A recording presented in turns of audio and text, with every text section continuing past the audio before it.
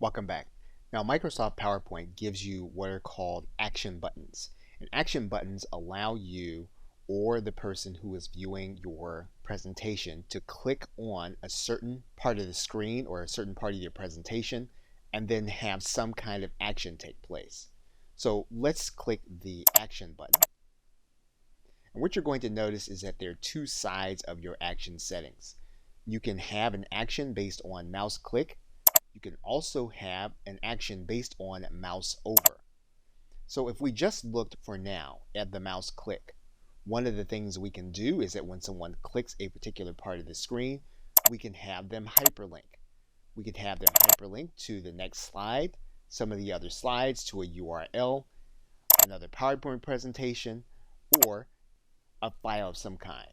Now in this case, what we're going to do is we're going to place a URL here. Now we do have some other options. We can run a program that we will insert into the presentation.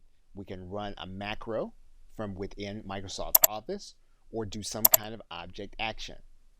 You have the option of playing a sound. So if we click this button, we can see some of the sounds that'll play when someone clicks on the link. We're going to leave this unticked for now. We can also have that click highlighted so it'll be visual when they actually click on the link. We are going to enable that. So what we're going to do now is we're going to click OK. And now what we're going to do is we're going to go and take a look at this in slideshow view. So we're going to go to our slideshow. We're going to click on current slide. We're now going to switch our view. And we're going to click the link.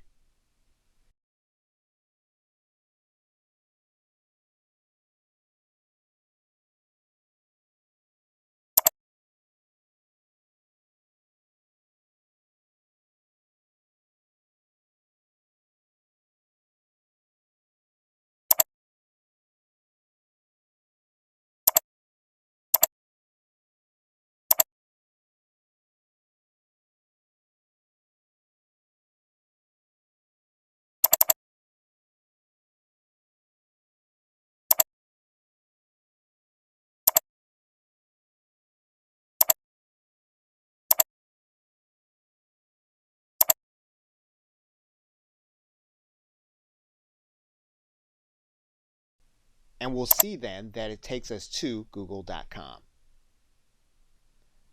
Okay, so with that, thanks, and I will see you in another video.